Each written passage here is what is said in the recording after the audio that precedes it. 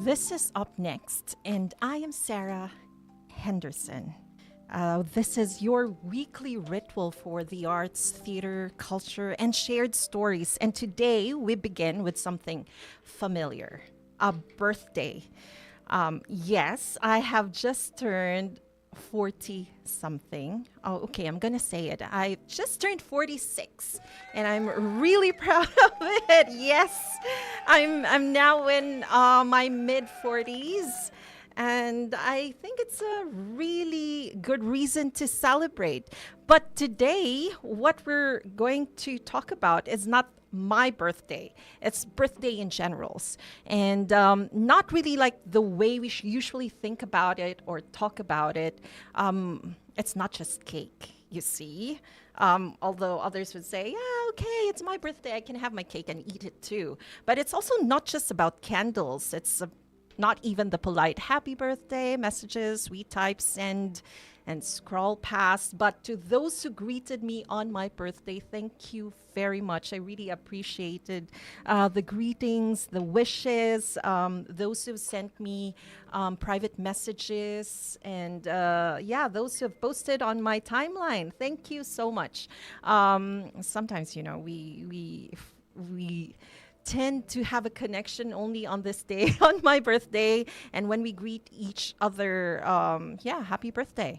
But if we look closely, a birthday is not just a celebration. And here in the Philippines, it's more like a ritual. Or maybe all over the world, it has become like a ritual. And rituals tell us who we are, don't they? Across cultures, across time, they mark transition. They tell us something has ended. And for me, my 45th year has ended. And I'm welcoming 46. And they tell us, hey, something continues. And something new is about to begin. So birthdays, they do the same. Yes. Consistently every single year.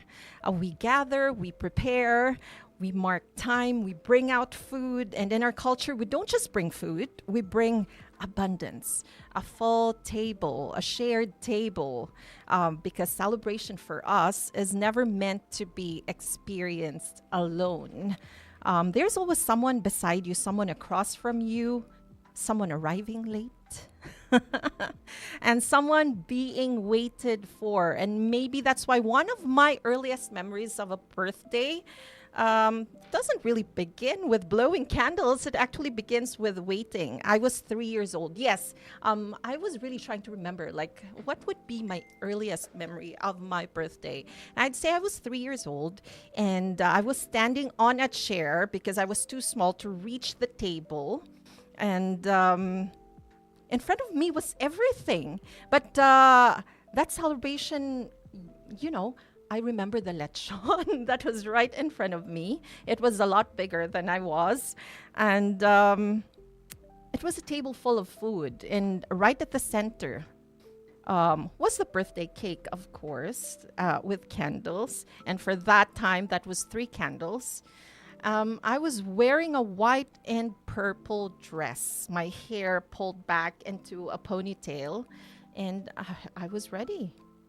The candles were ready, the cake was ready, and the moment was ready.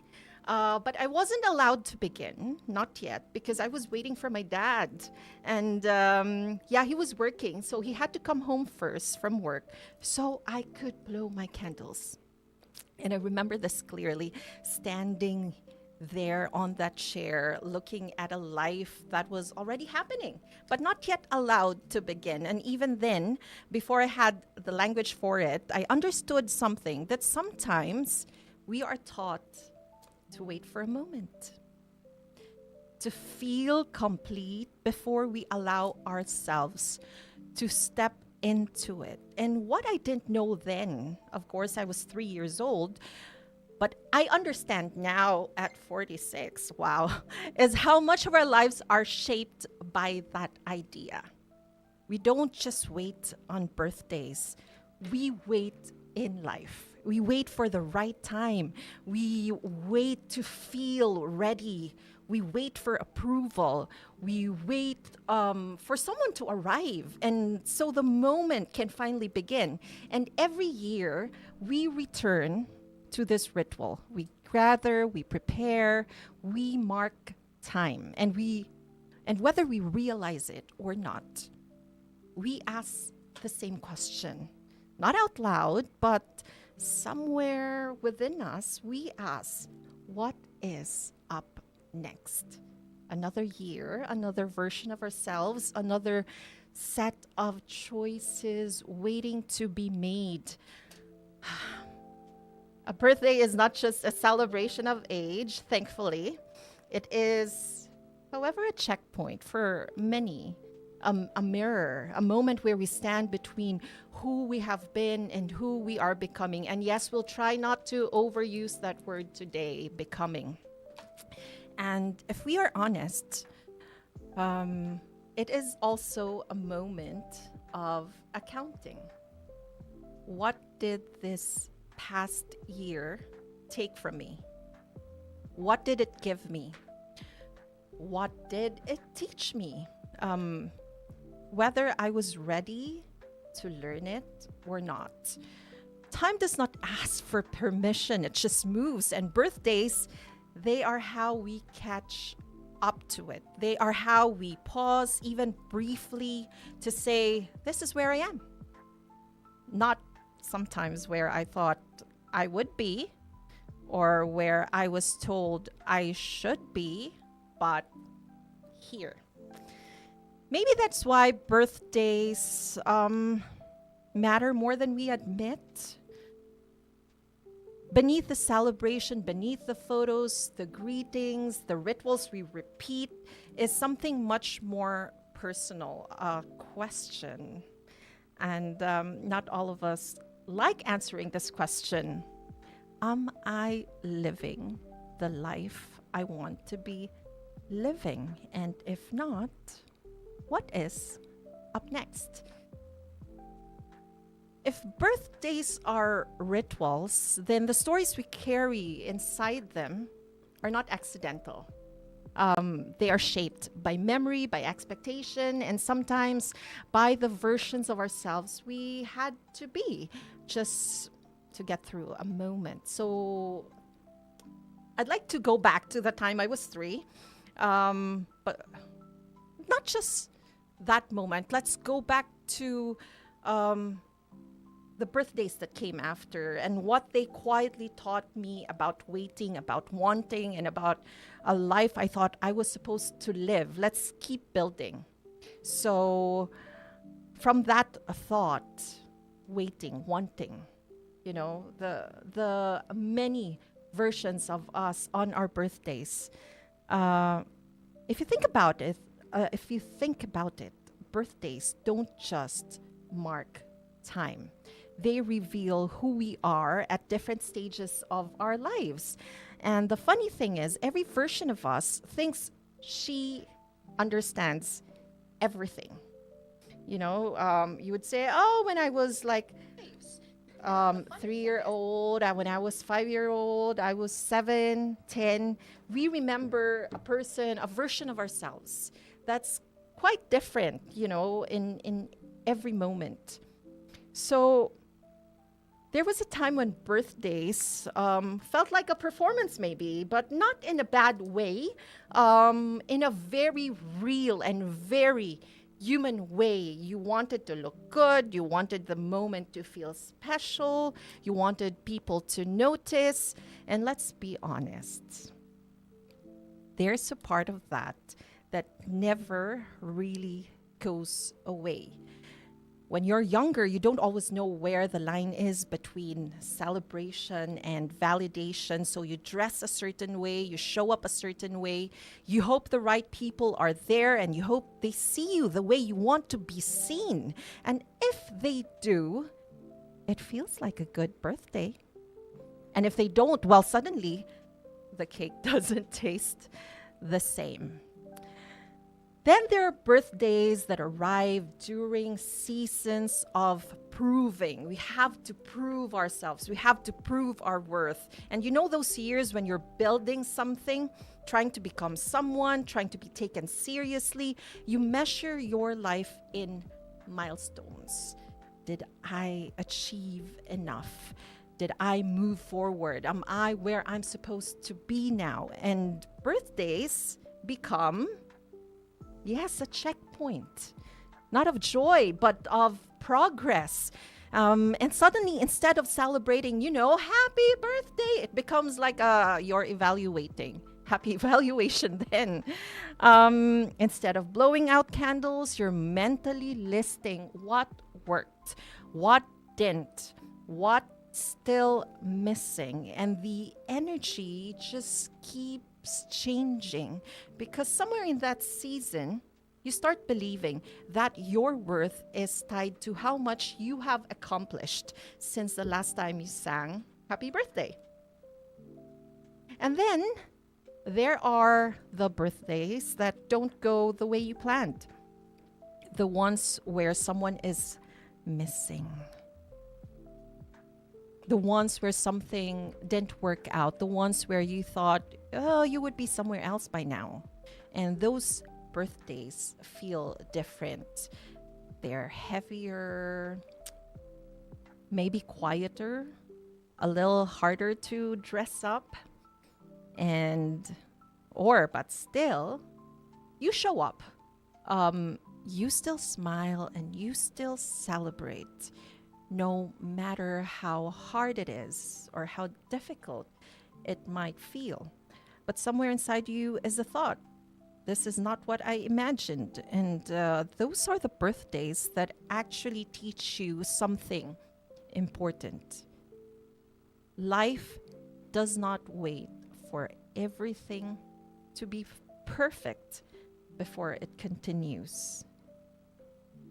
I'll say that again. Life does not wait for everything to be perfect before it continues.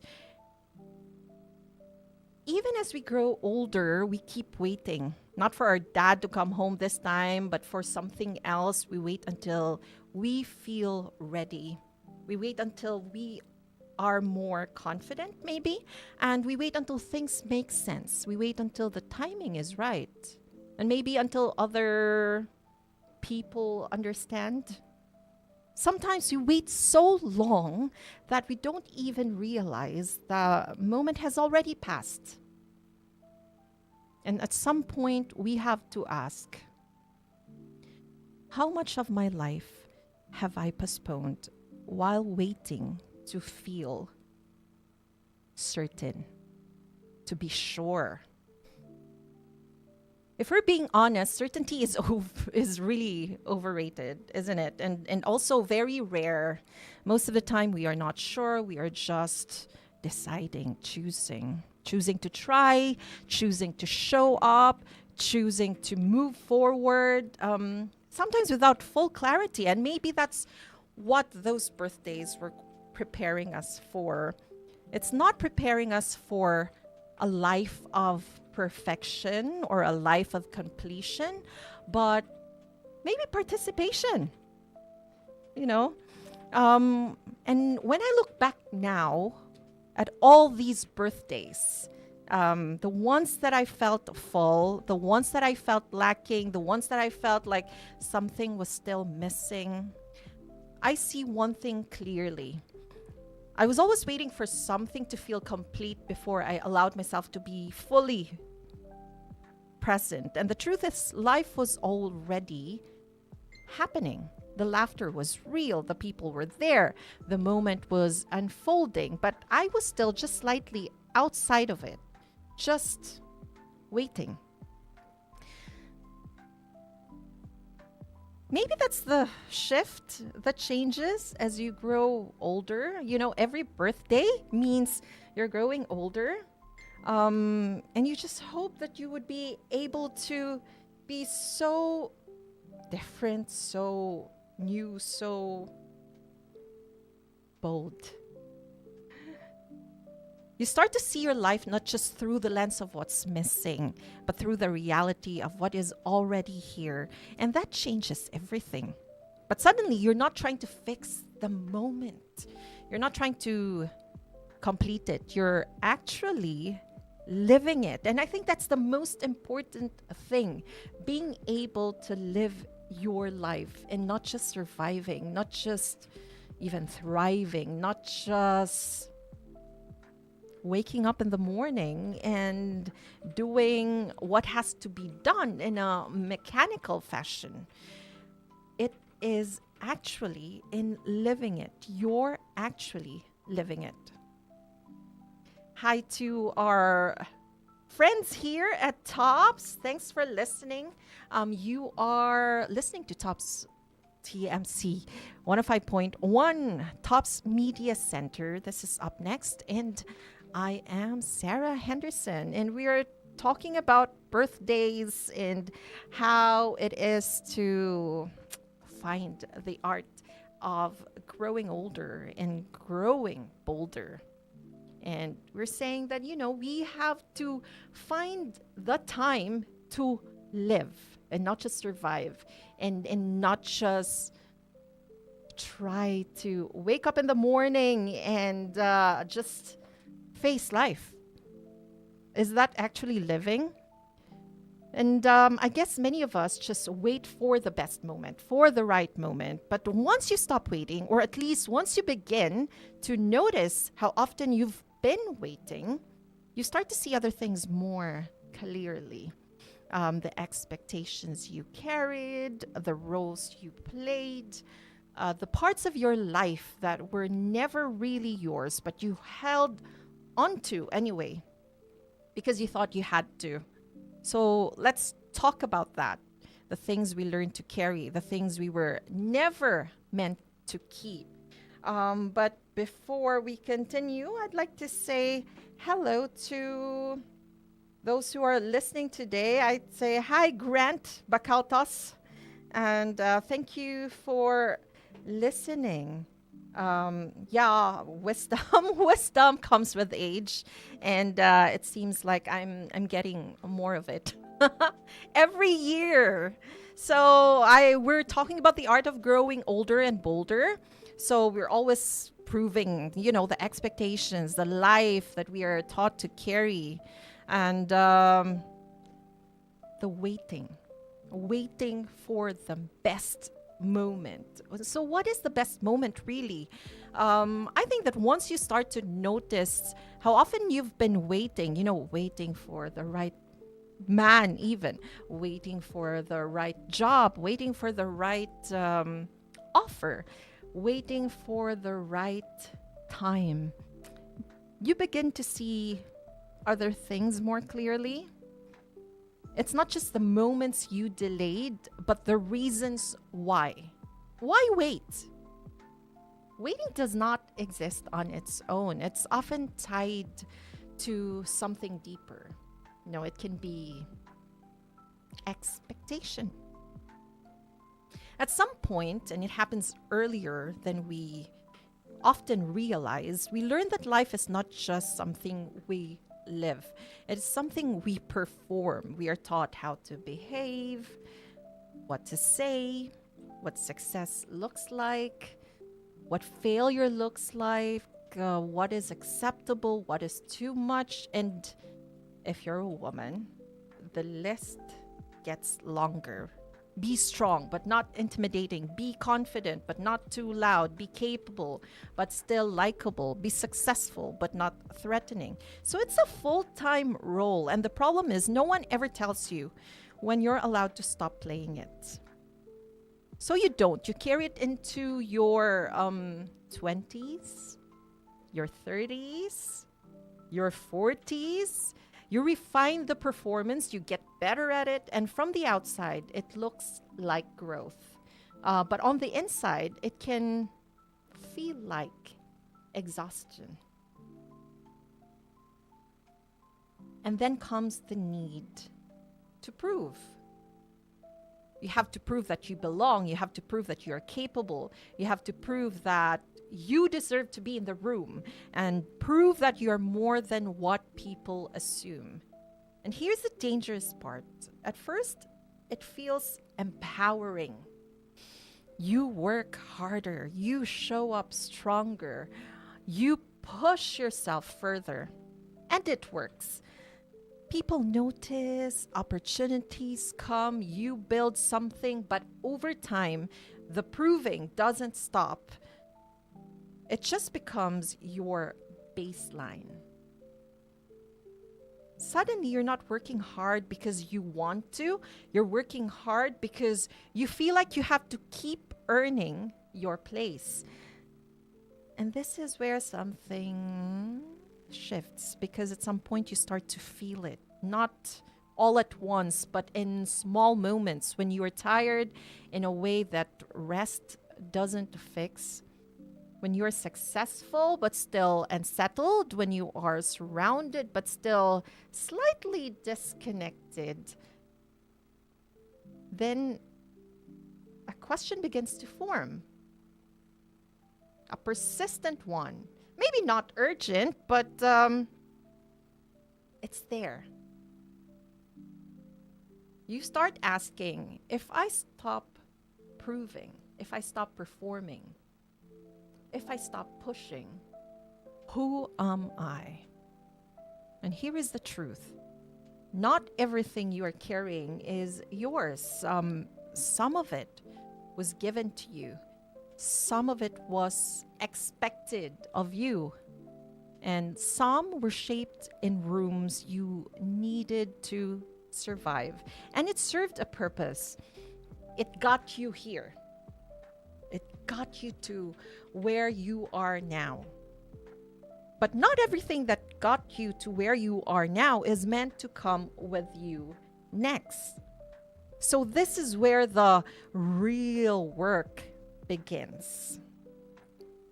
Not adding more, not becoming more, but editing. You know, who knew that in life we still have to learn how to edit as well? But editing your life with intention. You start to ask, what actually matters? What feels true? What feels forced? What feels heavy? But I've been calling it responsibility, and maybe they're really not. And then you begin to slowly remove one by one. Not recklessly, not urgently, just removing them one by one, not all at once, but honestly. You let go of conversations that lead nowhere. You step back from spaces that require you to perform. You release expectations that were never aligned with who you are. At first, like anything, it would feel really uncomfortable because you're not used to it. Anything that's not the norm, not you're used to, it's gonna make you uncomfortable. And maybe you're holding everything together, and that becomes like the usual thing for you. But when something new, something else starts to emerge slowly, and maybe things can open. You know, clarity doesn't really announce itself. It doesn't say, hey, finally, you found me. It just shows up. It's in what you no longer argue about, and in what you no longer chase, and what you no longer feel the need to explain. And this is where boldness begins, not in big, dramatic moves, but in decisions that are quiet, intentional. You're listening to Up Next, and I'm Sarah Henderson.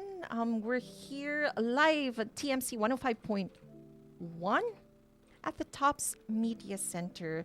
Hi, Mario Alcariza. Thank you for listening in. And Mario Alcariza, by the way, was our guest last week talking about his upcoming play, The Second Eulogy, which will be happening this weekend at the Kabilin Center. That's on the 18th and 19th. The Second Eulogy. It's under the Coluca Bildo Theater Series of Tutin Cans, Philippines. So we're still talking about the art of growing older and bolder. And we are just at the part where, we start to strip ourselves of things that are probably toxic, things that we shouldn't really be holding on to. They can be things, they can be people, and they can even be something that's within ourselves that we just have to learn to let go. We are so dependent on people's approval that we always have to ask, whenever we do something, will they understand me? Will they like me? Will they agree with me? And I think that we should really stop asking, will they understand me? And start asking, do I understand myself? We have to start looking within. We should stop asking like, oh, will this work for them? And start asking, does this work for me? Now, I'm not saying that we have to be selfish and only think of ourselves, but I think that the usual thing is that we always think of others, what they think of us, that we start losing who we are and try to become the person that people want us to be, how they've expected us to become, to act, to behave, to say things, to do things. When we start to look and focus on what we want to do, our life starts to feel less like a performance and more like a choice. We can choose. Once our life begins like a choice, everything changes. The way we move, the way we speak, the way we even make decisions. Because we are no longer reacting to what is expected of us. You are now responding to what is true for you. Your truth. What is true to you. And that is where boldness lives. It's not in being louder, but it's in being clearer. So let's talk about that. What it actually means to grow bolder. A lot of people would think that when we talk about boldness, it's about being fearless. Yes, that's one. Being able to do things that we're scared to do. But, boldness can be something that we practice every single day. It's about choices, boundaries. And we were saying that once our life begins to look like a choice, everything changes. No, it's not going to be overnight. I'm so sorry. And, it's not, I would like to use the term dramatically. It's not going to be dramatic. It's just going to happen. But the ways or in ways that are unmistakable. For the first time in your life, you are no longer just responding to life. You are deciding. So you're not just surviving, you are living. And there's a difference between living and choosing. Now, living can happen by default. You follow the path, you meet the expectations, you do what makes sense. And then the choosing requires awareness. It asks, do I actually want this? Does this still fit me? Or am I just continuing because I've already started? And this is actually usual for those who are in a company, for example, at work for so many years, and you have become comfortable and, comfortable financially, emotionally, psychologically, being there. It's just so easy. And then you just have to ask, am I continuing? Because I've already started. I've already been here for 5 years, for 10 years, for 12 years. Starting something new would be difficult. And yes, that's not an easy question to answer, because sometimes the life we built is a good life. But it's not always fully yours. And that's where boldness begins, not in walking away from everything, but in being honest to say, this part stays, this part doesn't. Now, let's be clear, choosing yourself does not mean abandoning everyone else. It's not selfish, it's not reckless. It's simply this: you stop placing yourself at the bottom of your own life. You stop negotiating the things that matter: your peace, your time, your energy, your voice. And you don't make a big announcement about it. You just start living differently. So let's talk about boundaries, because this word gets used a lot at home, at work, at school. Boundaries. What are real boundaries? They're not just ideas, concepts, speeches, talks. They are decisions. They sound like, I won't be available to do that. I'm choosing something else. This no longer works for me. So no long explanation, no over justifying, no guilt laced paragraphs, just clarity. And here's the part no one likes to say out loud. Not everyone will like it. Not everyone will like boundaries, yours, even theirs.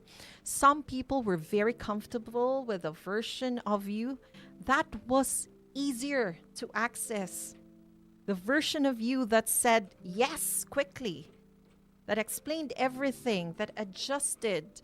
And when that version changes, it can feel like disruption. But really, it's not. I tell you, it's not disruption. It's a realignment. You are allowed to outgrow the version of you that was convenient for other people. You are allowed to become more specific, more intentional, more selective. And no, you do not need to apologize for that. So boldness is often misunderstood. People think it's loud, aggressive, unfiltered, but real boldness, it's quiet. It's the ability to stand in your life without needing constant validation. It's saying no without rehearsing it 10 times in your head. It's walking away without needing the last word. It's choosing peace over proving a point. Sometimes it also means staying in a relationship, staying in a commitment, staying in a version of your life that is aligned even when it's not easy. Because boldness is not about escape, it's about alignment. So what changes when you choose? When you start choosing, like really choosing, you'll notice something. Your life becomes simpler. It's not easier, but cleaner. You spend less time overthinking, less time explaining, less time recovering from things you didn't really want to do, and more time living, laughing, resting, creating, connecting. And maybe that's the biggest change. You realize you don't need to earn your life. You just need to live it. And when you finally begin to live your life as something you have chosen, not something you have constantly need to justify, you arrive at a different kind of understanding. Not about the world, but about yourself.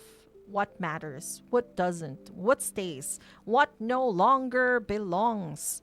So let's take a moment and stand here, not in the past, not in the future, but in the life that is already yours right now. Ask yourself honestly, where am I now? And while you're thinking of that answer to the question, I'd like to say hi to the cast of the upcoming play, The Second Eulogy by Marco Alcoriza. Hi to Grant Bacaltos. Hi to Charlene Virlove, Vince Lopez, Ray Basigan, and Dan Gigantone. Thank you so much for listening in. Hi also to Vance Axel Dayono. Thank you for listening to Up Next. Thank you for being here. And we are talking about the art of growing older and bolder. And yes, I have turned 46 just a few days ago. And to be honest, nothing's really changed. I feel like nothing's changed except that the knowledge of having grown, having turned older. And then I think that's a contribution to that day, that day. And but we always say, how would you like to celebrate, and what are your wishes for when you're celebrating your birthday? And one of the question is, how do we keep getting older but stay bolder? How do we not just stop because we have become older? So the art of growing older and bolder for me is really more about clarity, peace, and living the life that is already ours. It's already in our hands. It's up to us on how to live it, how to celebrate it. And it's really about choosing to live, choosing our lives, and rather than looking at others, and the grass is always greener on the other side, and we will probably always think that the other barrio is better than where you are at now. But when you begin to choose life and not perform it, and when I say perform here, this is not about theatrical performance, we're talking about performative males, performative this, performative that. So we're talking about living a life not to perform, but to and not to prove, but actually to choose it. You know, to choose it. Something changes inside, and maybe the change inside would also manifest through the outside. There comes a point when you have to stop asking, am I where I'm supposed to be? I mean, I know that there are people who actually like you know, like every new year, I think, and let's just say birthdays are like new year for an individual. But there are those who would write like a wish list, or it's more like a vision board, or really just things that they'd like to manifest, things that they'd like to achieve in the coming year. And they're putting themselves in places where they have to be by the next year. So it's like trying to achieve a goal, really. But then, you know, we do not have control of our lives. So when we ask, where am I now? Am I where I'm supposed to be? It's like, where are you supposed to be? And the answer sometimes comes in dollar signs, you know. I should have this much saving by the time I am 50.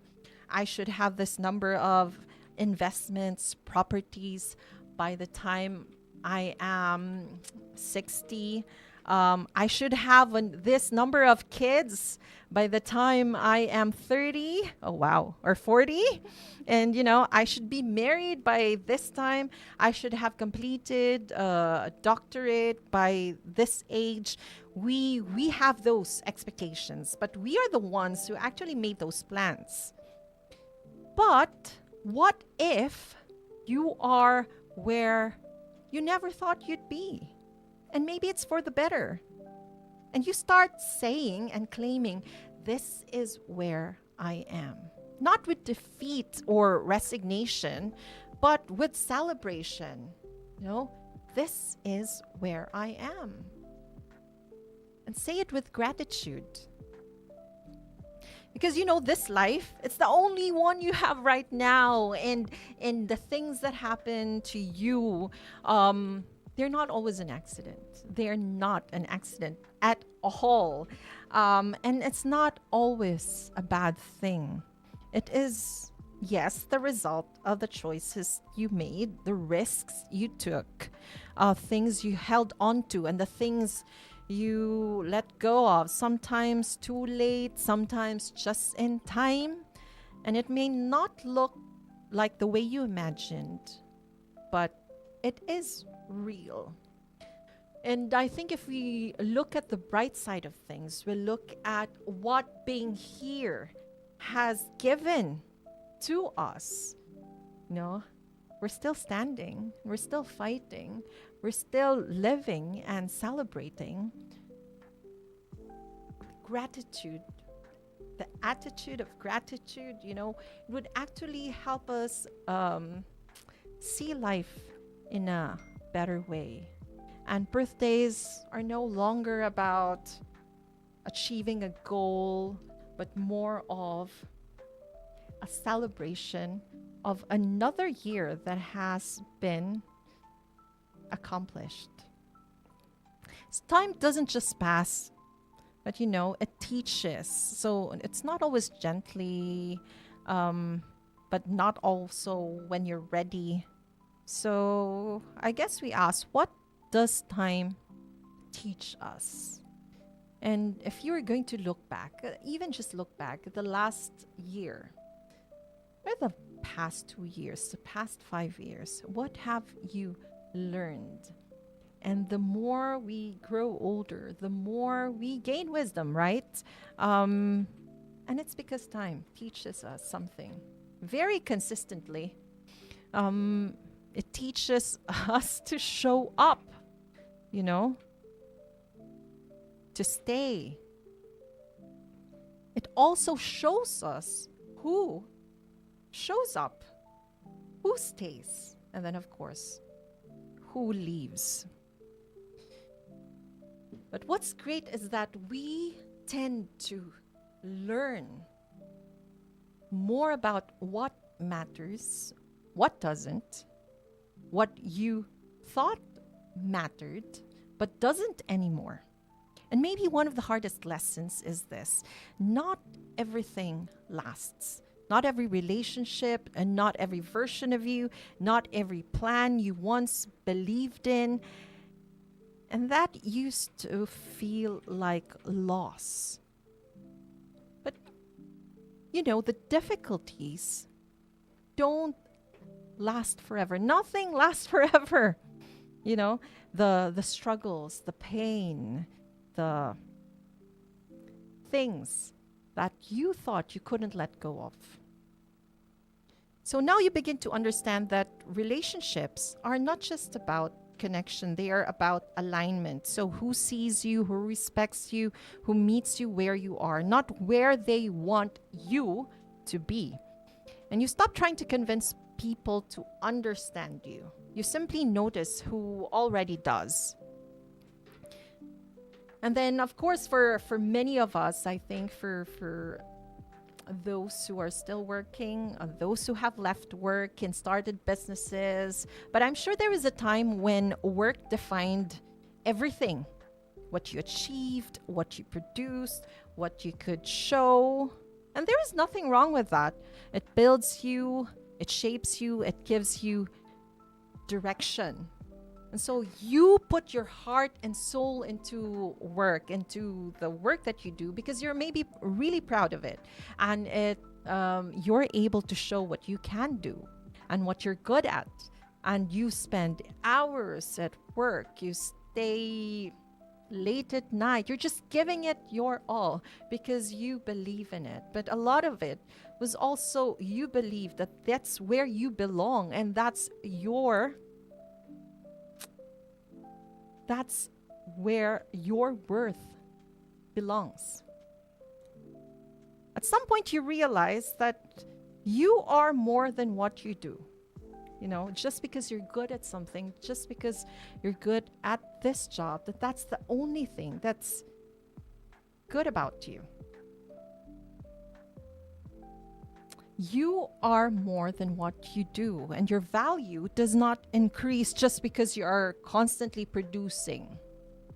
Sometimes your value is in your presence, in your perspective, in your ability to choose what is worth your energy.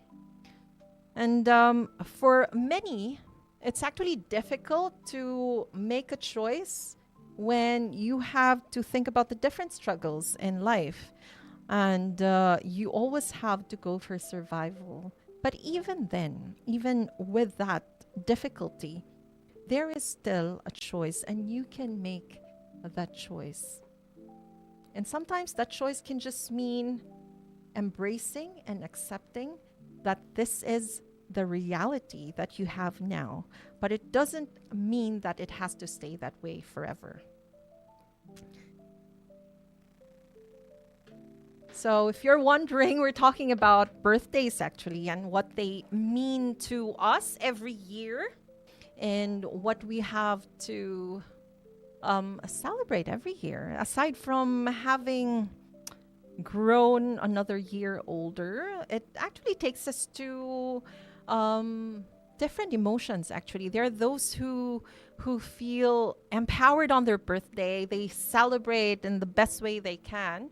And then there are those who feel sad. Maybe it's the way, it's the time when they're realizing that people have left, they're no longer there. People have gone, or maybe you're living abroad and your family's far from you. And at this point in your life, you have no choice. You really have to work. You are the sole provider of your family, maybe. And it just gives you that longing to be with your loved ones. Because again, in our ritual as a Filipino people, and as I said, it could be also a global thing, we tend to gather and celebrate and eat together and just, have enjoy each other's presence during our birthdays. And when we are alone on our birthdays, it just feels rather sad. It's like we are unable to celebrate. So, what does it mean to grow older and bolder? We're talking about making the choice. You're still listening to Up Next here on TMC 105.1. I am Sarah Henderson. And I would like to continue with the idea of wanting peace. Now, we always make the joke now, we want world peace. And I think for the times now, it's not just a joke. We actually need it. But before anything, what we want is peace from within. So peace that allows us to be calm and content and allows us to sit down and release ourselves from troubles. So, peace used to feel like a reward, something you earned after working hard enough, proving enough, fixing enough. But now, I'd still go back to decision. Peace feels like a decision, a boundary you keep, a life you protect, a standard you don't lower. Once you experience that kind of peace, you don't easily give it up. So let me say this clearly. There are things I no longer carry. The need to be understood by everyone, the need to say yes to everything, the need to explain every decision, the need to prove that I am enough. That one, gone. But there are also things I have chosen to keep. My voice, my work, my relationships that are real, my ability to care deeply, fully, my desire to keep growing, not into someone else's idea of success, but into a life that I really believe in and that feels aligned with my goals, dreams, and values. So here I am, not at the beginning, not at the end, but in the middle of a life that is still unfolding. And for the first time in a long time, I am not trying to rush it. I am not trying to fix it. I'm not trying to turn it into something it is not. I am simply in it. And there is confidence that I feel in that.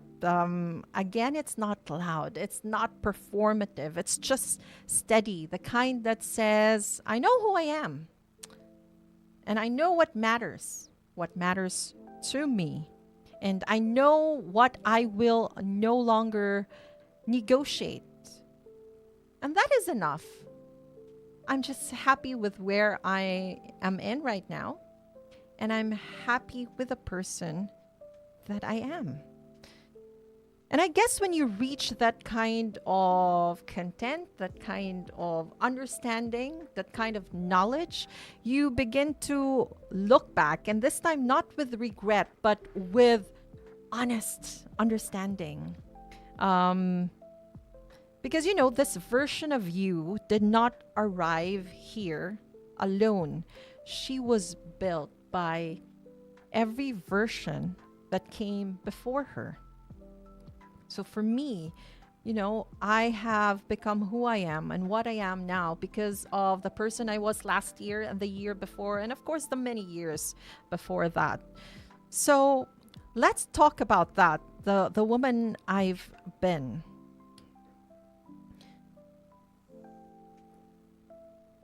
So, we have, I'll talk as a woman. Of course, we start as a little girl, and then teenager, and then a young lady, and then a lady. And every single time we have to make a decision of what we have to do next, we always have to plan. It's always about looking forward.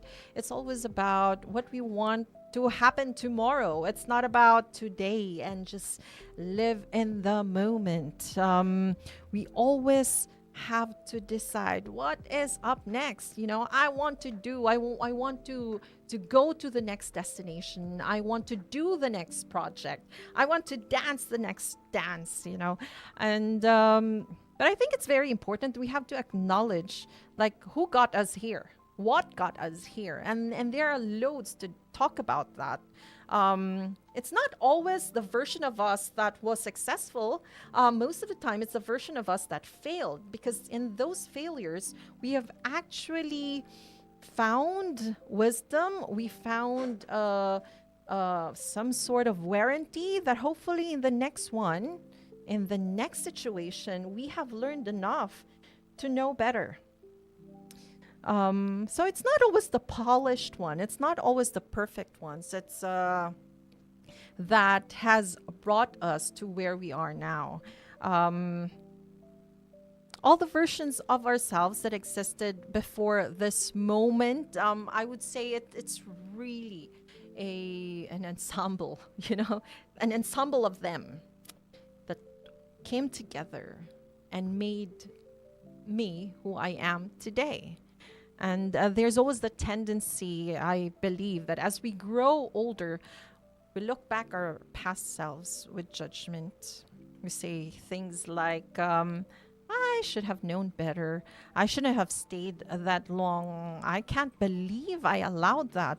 And maybe some of that is true, but it's also incomplete, because that version of you, she was doing the best she could with what she knew at that time. Many times you'd say, oh, if only I'd known what I know now when I was 15, I was 20. Oh, I could have done so much better. I won't have made this mistake, that mistake, and things like that.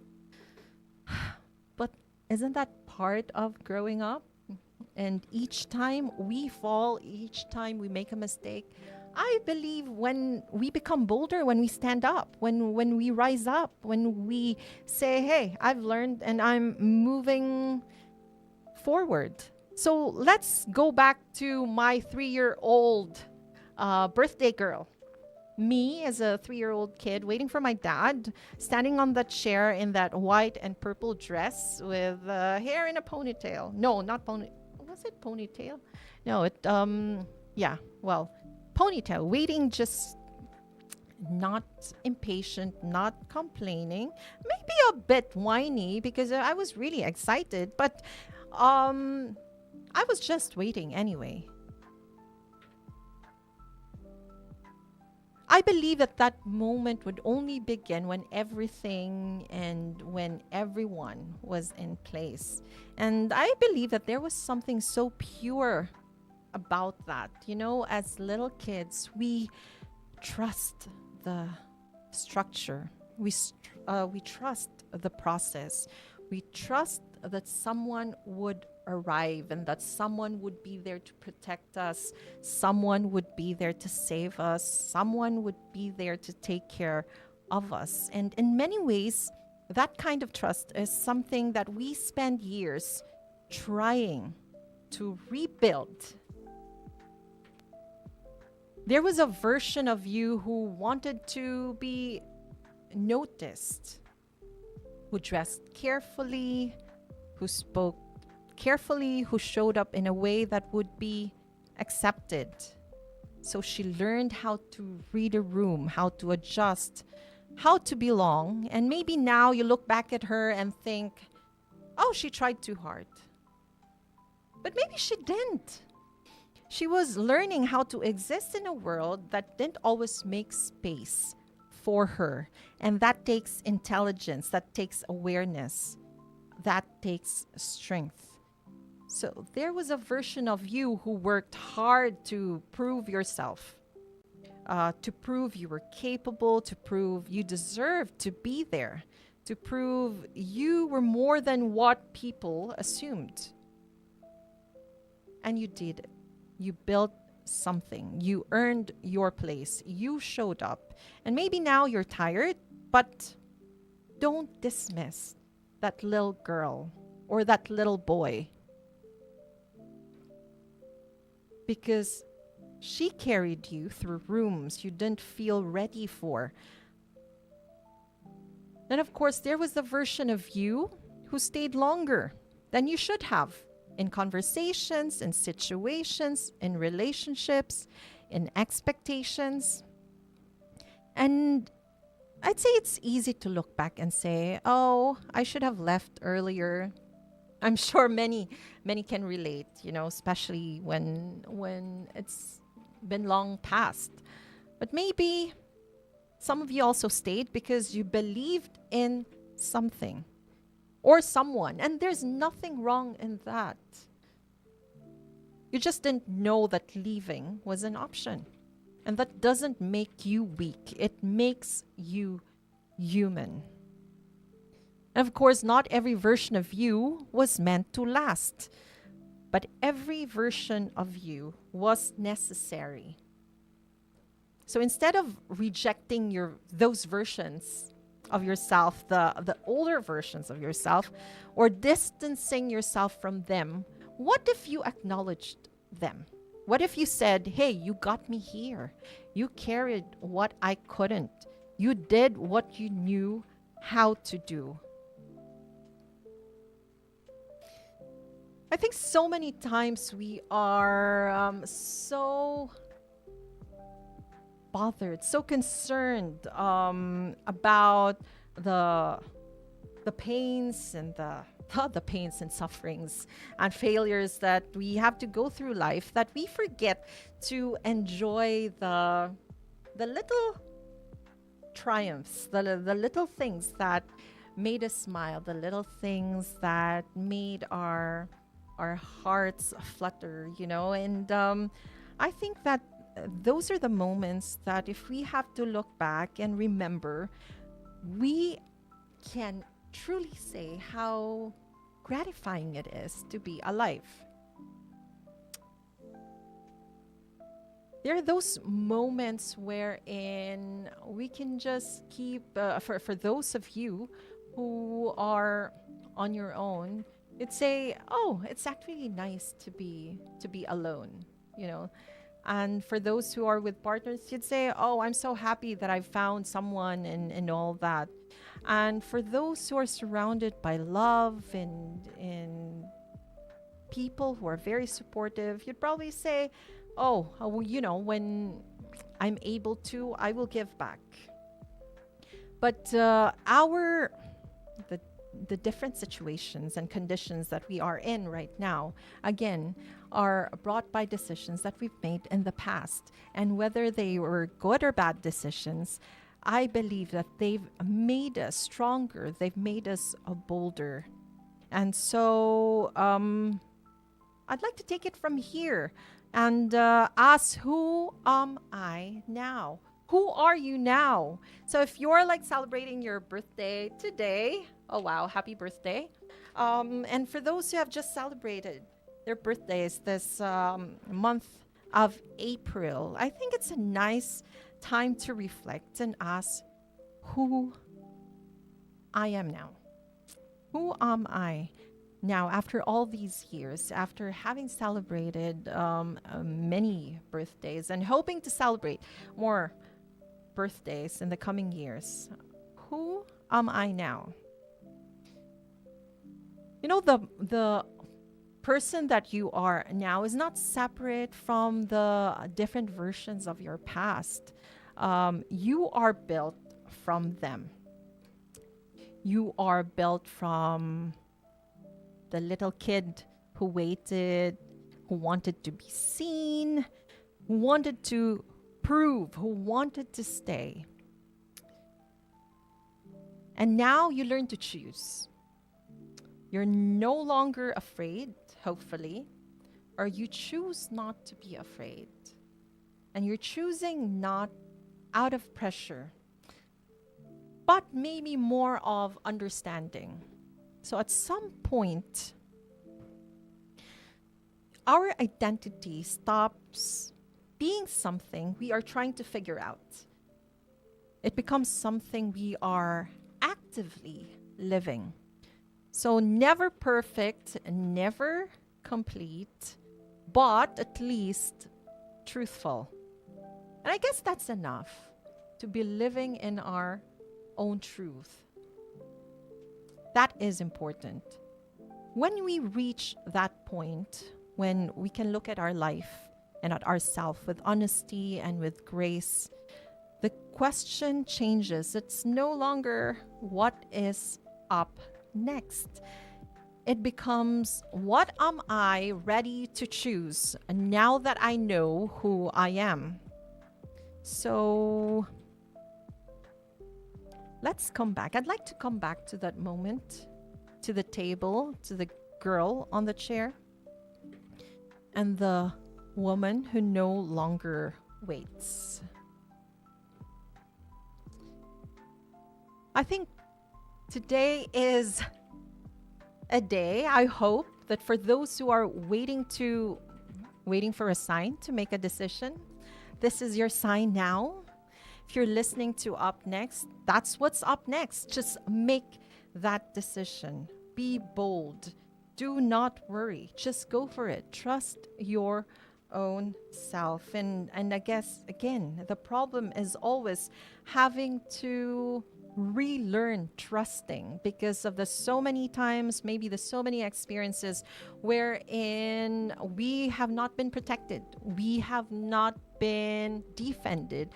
We have not been allowed to enter a room, not given a seat at the table, made to feel excluded, made to feel like we don't belong. And slowly we have added wall after wall after wall. And breaking those walls would be really difficult. You know, it's not going to be easy having to fight them and take them down. But hopefully, with the so many years as well, we are able to realize that the only way for us to trust again and to learn to trust in people again is for us to open up. It's difficult, isn't it? Because we have, again, learned to put up these walls because of situations that made us realize that, hey, we cannot always trust the people in front of us. But having to welcome the experience of trusting again, it requires us to break our own walls. And I don't know, maybe a building takes more time, but the breaking takes more energy. It takes a lot of energy, and we need to fight the urge to break them down. But if we have to live boldly and truthfully, that is one of the things that we have to do. So I think I'd like to go back to how we can celebrate birthdays as not just the celebration that we're used to as a ritual, gathering with people, eating at a table, being together. I think I'd like us to also stop looking at birthdays as a way to look at how successful we've become, but maybe look at life with gratitude that it has allowed us to live this number of years and allowed us to spend more time with people that we love, allowed us to experience the different beautiful emotions of living, and allow us to thank ourselves for still being here. So I'd like us to go back to the beginning, to the moment that started it all. Me as a 3-year-old girl celebrating my 3rd birthday. I was waiting for my dad to come home. And so the moment could finally begin. And for a long time, I'd say that life felt like that was the right way to live. We always wait until everything is complete. We wait until everyone is here. And we wait until the timing is right. Waiting. We always wait so the moment can finally be real. But it doesn't always work that way. People are late, plans change, things don't unfold the way we imagined. And if we keep waiting for everything to align perfectly, we might miss the life that is already happening. And I'd like you to sit on that. So busy waiting and just seeing how just life passed before our eyes. We're missing on opportunities, missing on maybe just that conversation with a friend, missing a time to just pursue a hobby, missing a time to show what you're good at, and missing a time to live simply because you think that you have to wait for the right time or the best moment. And while you sit on that thought, I'd like to say hi to Yvette Indig. Hi, Ted, Teacher Ted of Blessed Trinity Achievers Academy. Thank you for listening in. And hi to Fiona from Australia. Hi, Fiona Kirante Isip. Oh my God, she's actually my very good childhood friend. One of my best friends listening from Australia. Showing up matters. Yes, I agree. Yes, 100%. Fiona, thank you for listening in. And of course, to Grant, to what was this? Grant thought today's theme was, okay. Yeah, I'm sorry. I wasn't thinking this was therapy. This is my way of celebrating my birthday. And then I said, well, this isn't really my birthday. My God, it's been, well, it was 2 days ago. I just like us to really go back to how we celebrate birthdays and how, yeah, it's ritualistic, but sometimes performative.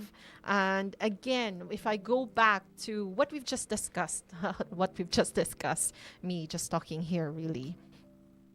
So what are the ways that like how do we treat birthdays? They become markers. They become a way to measure how far we've come, not just in years but in successes. Have we achieved what we told we were going to achieve by the moment we are supposedly here? We always have to measure something. I think we like living like that. It's like we have to look at statistics. We have the numbers because the numbers don't lie. And we think that, oh, if I've achieved this, then I'm good. I'm fine. But then if you've achieved something but inside you're empty, how are you going to measure that? I'm actually wondering if people have a way to monitor happiness. If you're able to monitor success by saying that you've achieved some goals, you've listed some, what are they? Like life goals, mission, whatever you call them. I should be able to purchase this. I should be able to do this. I should be able to visit this. I should be able to have this. It's always the having, acquiring, the doing that we try to measure. No, we try to use as the measurement for success. But we never really measure emotions. We never said like, how happy am I now? And we always greet people with happy birthday. But how do we measure happiness? And of course, others would say, money cannot buy happiness, but it can give you happiness, of course. So they measure it by how much they've earned and how much they have in their bank accounts. And then there are also others who measure happiness through family. Do they have a loving partner? Do they have the number of kids that they said they were going to have at this age, And then there are those who would measure it by career. titles, how many letters come after my name. The longer, the better. The longer, the more successful I am. We have a funny way of measuring success. And for others, they think that success equals happiness. And I guess there is some truth to that, because when you're successful, and hopefully it means that you don't really have to worry about so many things, um, then you are at a place wherein you can move on, move forward. And it's like, yeah, you have achieved the things that you wanted to achieve. Um, so life must be good. Again, my question is, does that always equal being happy? You know? It's an honest question. I'm not saying that you cannot have all those. You can. And it would be nice if you can. But then how about those who have not achieved their goals? Does that mean that automatically they are unhappy? Can't it also be that they can find ways just to be happy just simply by trying? You know, even to have the energy and the effort to try.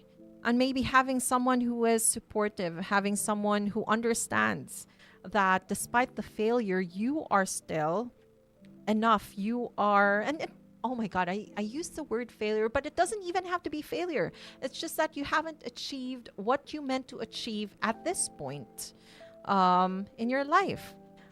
It's just not the right time, you know? It doesn't mean it's not going to come. I feel like it is going to come when the time is right. And the timing is not always according to your timing. It will come when it comes, and it will come when it's the right time. And when all, when others would say, when all the stars aligned. and let's just think of all the people who have been trying to do so many things for other people, and they've probably made other people happy because of the help and the hard work that they've done. And I'm even talking about breadwinners or family members who have to leave and work abroad. I think that's a quite a good example. A lot of the things that they do is really for their families and for their children, their spouse, their parents, and their joy can come from being able to provide for them. And sometimes it means having to let go of your own dreams so that you can make other people's dreams come true. How noble, I would say. You having to willingly forget your own dreams so that you can help others. And this is a reality, I think, for so many Filipinos whose family members are working abroad. I think that's so true. And we can judge all we want, but we don't really know the entire story. There are those who are happy just by making other people happy. They don't really measure as to what achievements they have. They don't need awards. I think it is enough for them to be able to show their love. And these are the givers. They always give. They always share. They always have to give a part of them, a piece of them to others so that others can be satisfied, others can be happy, others can be successful. And I really applaud those who are in that frame of mind, really just forgetting their dreams and change. Or maybe it's not even forgetting, it's just that they've changed. And we have always thought that our dreams should be all about us and all about growing and all about achieving something, while there are those who have changed it and transformed them into other people's dreams. Now, when we age, there's always that fear that we are getting closer to the end. And that is a reality. The end is a reality for everyone. And again, it's a matter of timing. And who is to assure us that being successful, sometimes even being healthy, would mean that we could have a longer life? There is no guarantee. We don't really know what's going to happen the moment we step out of the room. We just don't know what life is going to offer us. But again, if we were to stop doing what we're doing right now and ask ourselves, am I happy with who I am now? Would you say yes? Would you easily say yes? Are you able to convince yourself to say yes? I think that's it. Again, it's a decision. Can we decide to be happy with where we are right now? Or can we say no and say we're not happy, but then decide again to make sure that we can be happier tomorrow in whatever way? I mean, happiness, again, for so many people, come in various definitions. We can be happy simply because we are with someone, a daughter, a son, a spouse, a partner, a parent, a sibling. Just being with them, that's enough. And there are those who believe in that. Doesn't matter the struggles, or it doesn't even matter the successes. If you're not with the person, it's just incomplete. So we measure that kind of happiness through the people who are surrounding you. And for those of you who are probably stuck at work in a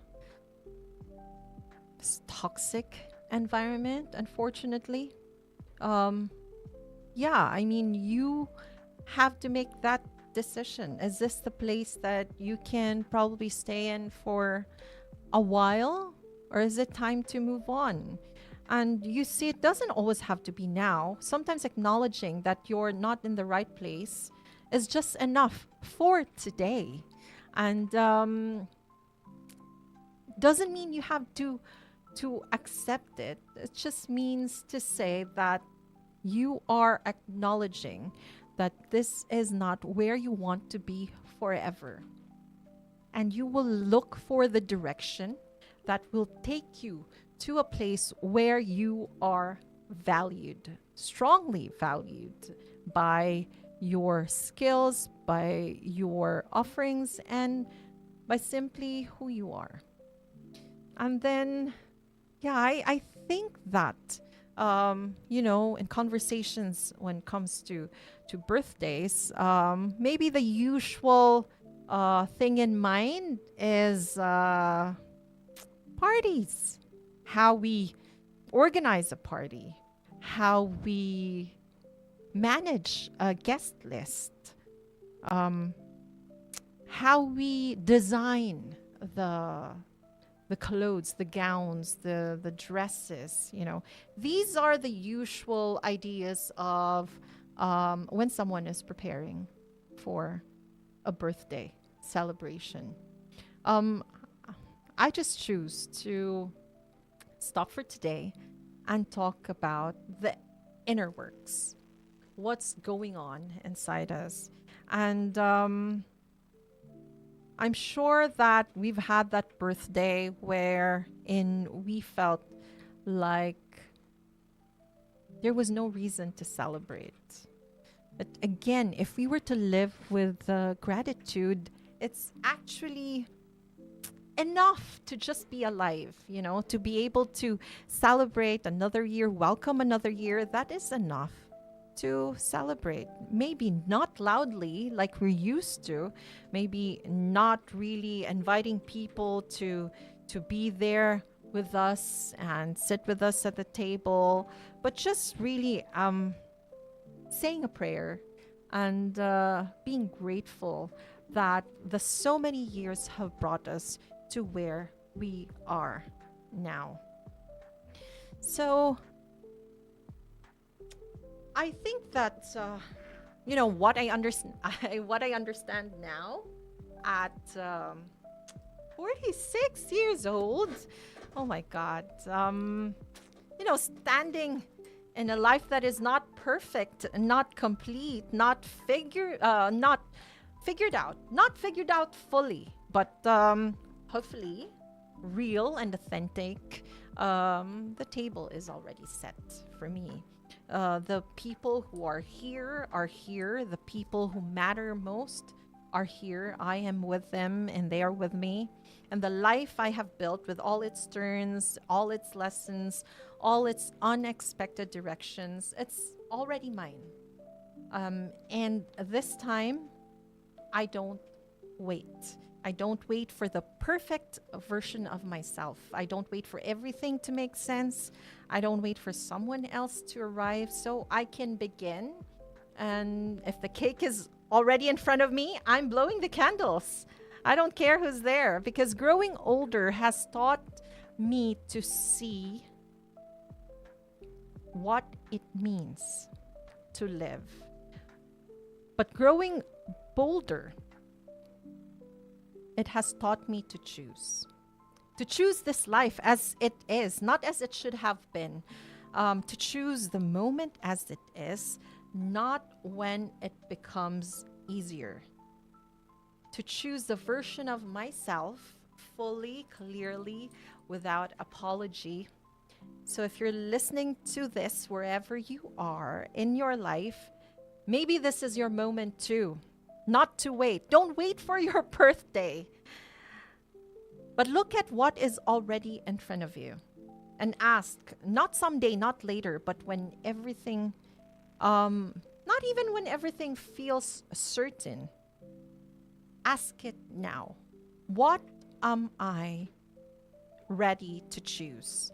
Because every year we mark time, every birthday. We gather, we celebrate, we remember. And every year, whether we say it out loud or not, we ask, what is up next? I'm Sarah Henderson. Thank you for listening. TMC 105.1, the Tops Media Center. This has been Up Next.